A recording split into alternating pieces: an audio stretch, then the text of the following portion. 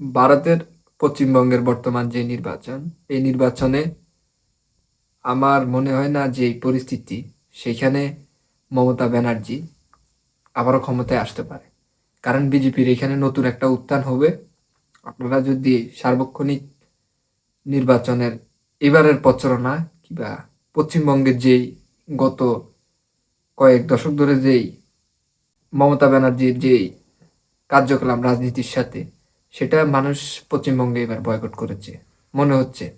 কারণ আপনি মমতা ব্যানার্জিকে নিয়ে সমালোচনা করলে জেলে যেতে হয়, কিন্তু নরেন্দ্র মোদীকে সমালোচনা করে পশ্চিমবঙ্গে এতটা পরিস্থিতি হয় না। এবং পশ্চিমবঙ্গের যে বর্তমান উন্নয়ন, হ্যাঁ, এগুলা সব কিছু মানুষ বুঝেছে। সে কারণে হইতে পারে এবারের নির্বাচনে বিজেপির ক্ষমতা আসার সম্ভাবনা বেশি। এবং বিজেপির ভোট ব্যাংক আগের তুলনায় এবার অনেকটাই বেশি।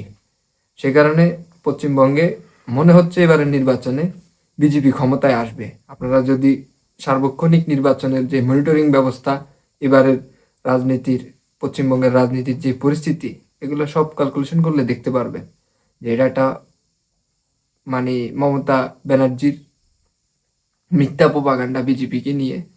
হ্যাঁ, সে কারণে জনগণ বুঝেছে ওই অঞ্চলের হয়তো এখন বিজেপি ক্ষমতায় আসবে।